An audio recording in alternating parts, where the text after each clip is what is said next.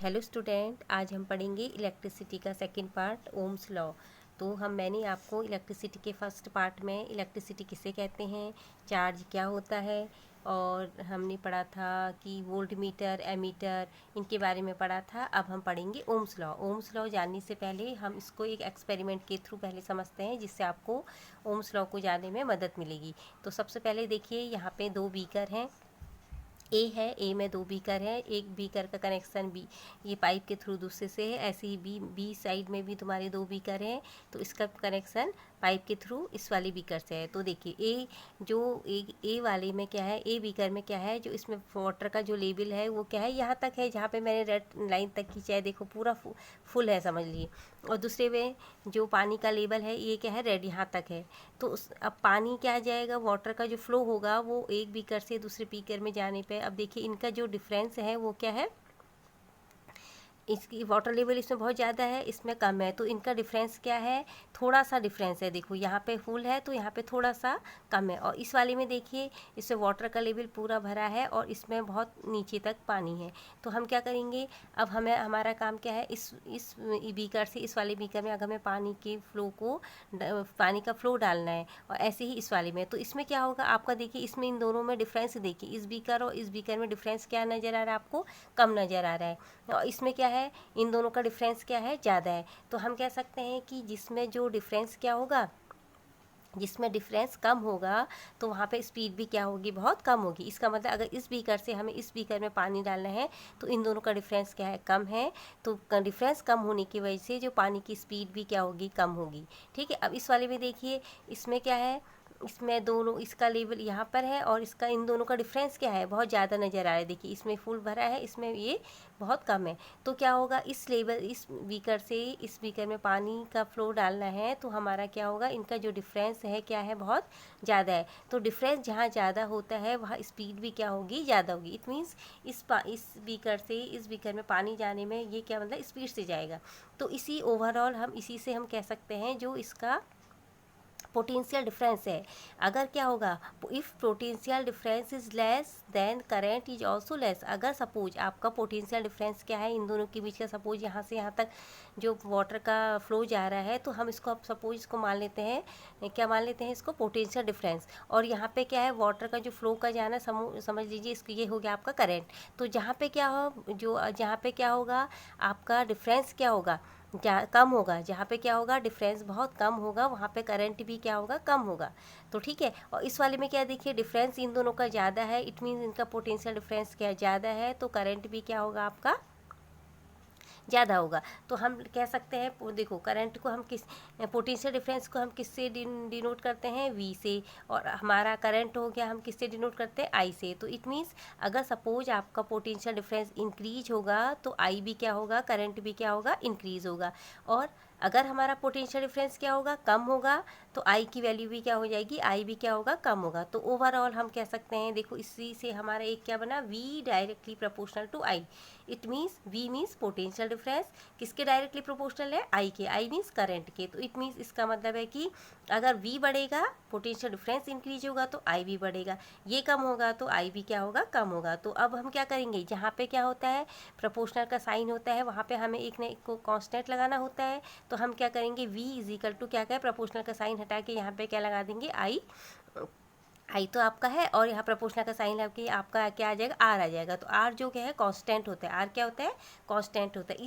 इस आर को क्या बोला जाता है, रेजिस्टेंस। क्या बोला जाता है, रेजिस्टेंस। तो अब हमारा क्या है, इसी के थ्रू हमारा ये ओवरऑल जो V is equal to I R है, ये जो है ओम्स लॉ का मैथमेटिकल एक्सप्रेशन है। तो इसी के बेस पे हमारी ओम्स लॉ की डेफिनेशन यहाँ पे बनती है। तो देखिए, at constant temperature the current flowing through a conductor is directly proportional to the potential difference. तो क्या होगा, एक कांस्टेंट टेम्परेचर पे क्या होगा, कांस्टेंट टेम्परेचर में जो करंट होगा, आई जो होगा, वो क्या होगा, through a conductor directly proportional to potential difference. It means जो करंट है, जो पोटेंशियल डिफरेंस है, वो आई के क्या होगा, डायरेक्टली प्रोपोर्शनल होगा। तो हम इसके बेस पे हम देखो क्या मानते हैं, अब देखिए v is equal to v directly proportional to I। अब अभी हमने पढ़ा तो v इज इक्वल टू क्या हो जाएगा, I प्रोपोर्शनल का साइन हटा के हमारा R हो गया, तो R हमारा रेजिस्टेंस हो गया, I हमारा करंट हो गया, v हमारा क्या होगा, पोटेंशियल डिफरेंस हो गया। तो अब हम क्या करेंगे, अब हम इसी के बेस पे क्या करते हैं, एक ग्राफ खींचते हैं। ओम्स लॉ का जो ग्राफ होगा v और I के बीच में अगर ग्राफ खींची जाएगा तो आप बताइए क्या होगा। हमने अभी क्या पढ़ा, v बढ़ेगा तो क्या होगा, I भी बढ़ेगा, v घटेगा तो I भी कम होगा। तो इट मीन्स देखिए यहाँ पे ये I हो गया, x एक्सेस पे आपका I हो गया, करंट हो गया, ये क्या y एक्सेस पे क्या होगा, v पोटेंशियल डिफरेंस। सपोज ये हमारा क्या हो रहा है, इंक्रीज होगा, तो क्या होगा, y भी क्या होगा, इंक्रीज होगा। तो इनके बीच में जो ग्राफ बनेगा वो क्या बनेगा, एक स्ट्रेट लाइन बनेगी। क्या बनेगी, स्ट्रेट लाइन बनेगी। तो ये स्ट्रेट लाइन हमारी ऐसे भी जा सकती है, ऐसे भी जा सकती है। तो हमारी इन दोनों का जो ग्राफ बनेगा v और I के बीच में क्या होगा, स्ट्रेट लाइन। ये आपका पेपर में भी आता है कि अगर ओम्स लॉ में हम v और I के बीच में ग्राफ खींचा जाता है तो कैसा बनता है, तो आप क्या बोलेंगे, स्ट्रेट लाइन बनता है, सीधा बनता है। अब देखिए हमने क्या पढ़ा यहाँ पे, रेजिस्टेंस। आर क्या होता है, रेजिस्टेंस होता है। तो रेजिस्टेंस की यहाँ पे डेफिनेशन क्या बनती है, तो it is the property of a conductor to resist the flow of a charge. तो रेजिस्ट मीन्स रोकना होता है। तो यह कंडक्टर की वह प्रॉपर्टी होती है जो क्या कहती है, चार्ज के फ्लो को क्या करती है, रोकने का काम करती है। रेजिस्ट मीन्स रोकने का काम करती है। तो इसकी जो आर की एसआई यूनिट हमारी क्या होती है, ओम होती है। क्या होती है, ओम। तो अभी हमने ओम्स लॉ किसे पढ़ा, v is equal to I R पढ़ा। अब हम क्या करेंगे, यहाँ पे रेजिस्टेंस डिफाइन करेंगे, तो आर हमारा यहाँ आ जाएगा, तो v इज इक्वल टू क्या हो जाएगा, तो आर इजिकल टू क्या हो जाएगा, v अपॉन आई हो जाएगा। और v का जो एसआई क्या होता है, यूनिट क्या होती है इसकी, वोल्ट होती है, और आई मीन्स करंट की क्या होती है, एम्पियर होती है। तो हमारा क्या हो जाएगा, इसका वोल्ट अपॉन एम्पियर। तो हम इसको क्या बोला जाएगा, वोल्ट अपॉन एम्पियर को ओम भी बोलते हैं। तो आर का एसआई यूनिट क्या हो जाएगी, ओम हो जाएगी। ठीक है। अब ऐसे ही हम इसी के बेस पे अगर हमें करंट डिफाइन करनी हो तो इसी से हमारे 3 फॉर्मूले आ जाएंगे ओम्स लॉ से ही। तो आई इज इक्वल टू क्या होगा, v अपॉन आर। अगर हमें करंट निकालना है तो I is equal to v upon R हो जाएगा। ठीक है। तो ये क्या होगा, हमारा ओम कहलाएगा। अब है रियोस्टेट क्या होता है। देखिए रियोस्टेट क्या होता है, ये भी इसी का फॉर्म है। It is an electric device. ये एक इलेक्ट्रिक डिवाइस होता है used to control the current by varying the resistance. तो ये जो क्या करता है, करंट को कंट्रोल करने का काम करता है। जब हम क्या करेंगे, अलग अलग रेजिस्टेंस को चेंज करते रहेंगे तो ये तब भी क्या करेगा, करंट को क्या करेगा, कंट्रोल करने का काम करता है। अब देखिए जो अभी हमने ओम्स लॉ के थ्रू पढ़ा कि v इज इक्वल टू क्या होता है आपका, v इज इक्वल टू क्या होता है, आई आर होता है। तो हमने यहाँ पे आई डिफाइन किया, आई इज इक्वल टू क्या हो जाएगा, v अपॉन आर। तो इसके बेस पे क्या हमारी एक क्या बनेगा कि the current is directly proportional to the potential difference. जो करंट है वो v के क्या है, डायरेक्टली प्रोपोर्शनल है। तो ए से ही क्या होगा, अगर ये करंट क्या होगा, v के डायरेक्टली प्रोपोर्शनल होगा तो r के क्या होगा, इन्वर्सली प्रोपोर्शनल होगा। इट मीन्स, तो देखिए the current is inversely proportional to the resistance. और जो करंट क्या होगा कि जो करंट होगा ये क्या होगा, रेजिस्टेंस के तो इन्वर्सली प्रोपोर्शनल होगा और इसके क्या होगा, डायरेक्टली प्रोपोर्शनल होगा। तो देखिए इसके बेस पे हमारा क्या होगा, तो इट मीन्स अगर आई बढ़ेगा तो वी भी बढ़ेगा, आई कम होगा तो वी भी कम होगा। ऐसे ही अब इन दोनों में देखिए अगर आई इंक्रीज होगा तो आर क्या होगा, अगर ये इंक्रीज होगा तो ये डिक्रीज होगा। इन्वर्सली प्रोपोर्शनल का मतलब एक इंक्रीज होगा तो दूसरा क्या होगा, डिक्रीज होगा। तो देखिए if the potential difference across the end of a conductor is double. अगर सपोज क्या करते हैं, पोटेंशियल डिफरेंस को क्या कर देते हैं, हम डबल करेंगे पी में। तो वी की वैल्यू अगर हमारी डबल आ जाती है तो the current flowing through it also gets double. तो अभी मैंने बताया आपको, अगर हमारा वी बढ़ रहा है तो क्या होगा, आई भी बढ़ेगा। तो अगर अभी हमने क्या बोला कि पोटेंशियल डिफरेंस हमारा डबल किया जाए तो उसी बेस में क्या होगा, करंट भी हमारा क्या हो जाएगा, डबल हो जाएगा। इफ़ पोटेंशियल डिफरेंस हाफ, अगर हमारा पोटेंशियल डिफरेंस हाफ होता है इट मीन्स वी की वैल्यू हमारी हाफ होती है तो करंट क्या हो जाएगा, गेट्स ऑल्सो हाफ। वो भी क्या हो जाएगा, आई की वैल्यू भी हाफ हो जाएगी। ये किसके बेस पे होगा कि I directly proportional to V. अब हमारा जाए इसी का सेकेंड फॉर्म में ये है कि if the resistance is double. अगर सपोज हमारा रेजिस्टेंस डबल है तो करंट गेट्स हाफ। तो करंट क्या हो जाएगी उस कंडीशन पे, हाफ हो जाएगी। If the resistance is half, अगर हमारा रेजिस्टेंस हाफ है तो करंट क्या हो जाएगा, उस बेस पे क्या हो जाएगा, डबल हो जाएगा। इट मीन्स अभी हमने पढ़ा कि जो करंट ये होता है इसके इन्वर्सली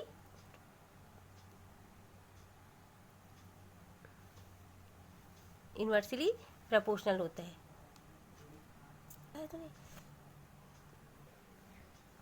ठीक है, रेजिस्टेंस क्या होगा। अब हम पढ़ेंगे factors affecting the resistance of a conductor. Conductor की रेजिस्टेंस को प्रभावित करने वाले कौन कौन से कारक होते हैं, मतलब फैक्टर्स होते हैं। तो इससे पहले समझने से पहले हम इसको समझते हैं। सपोज ये एक वायर है, इसकी लेंथ हमारी एल हो गई और इसका ये एरिया है, area of the cross section कहेंगे इसको हम कैपिटल ए से डिनोट करेंगे। ठीक है, तो सबसे पहला है देखिए, तो directly proportional to the length of a conductor. तो जो फैक्टर्स रेजिस्टेंस को क्या करेंगे, अफेक्ट करेंगे, उसमें सबसे पहले क्या है, उसके लेंथ। रेजिस्टेंस क्या होगा, directly proportional to the length of the conductor. Conductor की क्या होगी, डायरेक्टली प्रपोर्शनल होगी, कौन, लेंथ।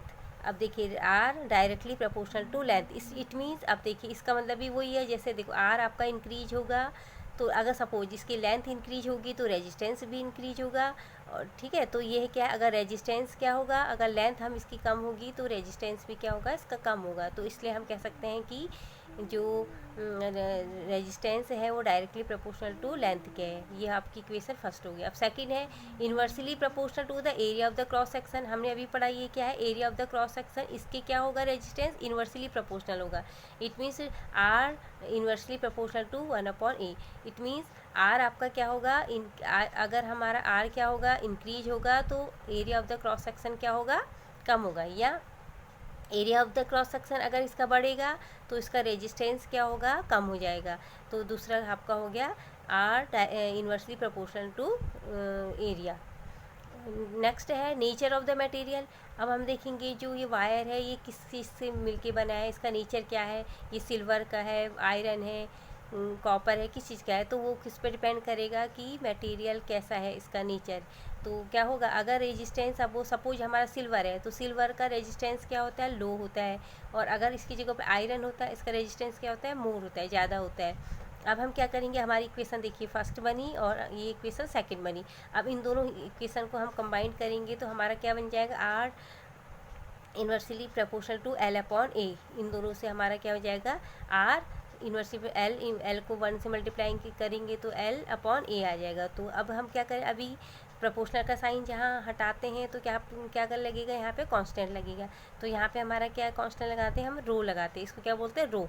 ये पी के शेप का होता है लेकिन इसको रो बोला जाता है। तो R equal to rho L/A आ जाएगा। तो पी रो इसको क्या बोलेंगे, कांस्टेंट होगा। ये रो क्या है आपका, कांस्टेंट, और रो हो गया कांस्टेंट है, इसी को क्या बोला जाता है, रो को ही क्या, रेजिस्टिविटी बोला जाता है। क्या बोला जाता है, रेजिस्टिविटी। अब हम उसका ओवरऑल देखेंगे तो जो रेजिस्टेंस को अफेक्टिंग फैक्टर्स हो, रेजिस्टेंस के जो ओवरऑल अफेक्टिंग फैक्टर्स होते हैं वो हो गया length of the conductor, second हो गया आपका area of the cross section पे, और तीसरा हो गया नेचर ऑफ द मटेरियल। अब तीनों का मैंने आपको समझाया, ये आपका वो हो गया है। अब है आपका रो रेजिस्टिविटी, जिसको रो से हम डिनोट करते हैं। It is the fundamental property of material that resist the flow of the electric current. ये क्या होता है, मटेरियल की कोई भी फंडामेंटल प्रॉपर्टी होती है जो क्या करती है, रेजिस्ट करती है। किसको रेजिस्ट करेगी, मीन्स उसका अपोज करेगी, किसका, इलेक्ट्रिक करंट का अपोज करती है, उसी को क्या बोलते हैं, रेजिस्टिविटी कहते हैं। और रेजिस्टिविटी को हम किससे डिनोट करते हैं, रो से करते हैं। तो अभी हमने यहाँ पे आगे इक्वेशन में रेजिस्टेंस पढ़ा, resistance equal to rho L/A। अब हमको क्या चाहिए, लेकिन हमें रेजिस्टिविटी चाहिए। अगर हम रेजिस्टिविटी को हमें डिफाइन करने के लिए क्या करेंगे, resistivity rho is equal to cross multiplication हो जाएगा। देखिए आर मल्टीप्लाई ए अपॉन क्या हो जाएगा, एल। तो rho is equal to R resistance into area upon length. तो हमारा अब इसकी क्या करेंगे हम, एसआई यूनिट निकालने के लिए रेजिस्टेंस की क्या होती है, ओम होती है, और एरिया क्या हो गया, मीटर स्क्वायर हो गई, और आपकी लेंथ की क्या हो गई, मीटर। अब मीटर से हम क्या करेंगे, मीटर को कैंसिल करेंगे, हमारे पास क्या बचा, ओम मीटर। तो रेजिस्टिविटी की यूनिट क्या हो जाएगी, ओम मीटर हो जाएगी। तो ऐसा unit of the resistivity equal to ohm metre. Next है इट इज ए कांस्टेंट। ये क्या होता है, हमेशा कांस्टेंट होता है, अब इन पता ही है। अब range of the resistivity of metal and alloys, इसकी रेंज कितनी होती है, 10⁻⁻8 से 10⁻⁻6 ओम मीटर तक होती है। किसकी रेंज, रेजिस्टिविटी की, किसमें, मेटल्स और एलॉयज में। रेजिस्टिविटी ऑफ सिल्वर की रेजिस्टिविटी 1.6 इंटू 10⁻⁻8 ओम मीटर होती है। ठीक है, तो आज हम लोगों ने ओम्स लॉ पढ़ा और रेजिस्टेंस पढ़ा और रेजिस्टिविटी पढ़ा। अब हम नेक्स्ट जो हमारी वीडियो होगी उसमें हम क्या पढ़ेंगे, पैरेलल सीरीज का मैथमेटिकल एक्सप्रेशन करेंगे और सीरीज करेंगे, और नेक्स्ट करेंगे हम इसी से रिलेटेड न्यूमेरिकल्स करेंगे, इलेक्ट्रिसिटी से रिलेटेड हम न्यूमेरिकल करेंगे नेक्स्ट वाले में।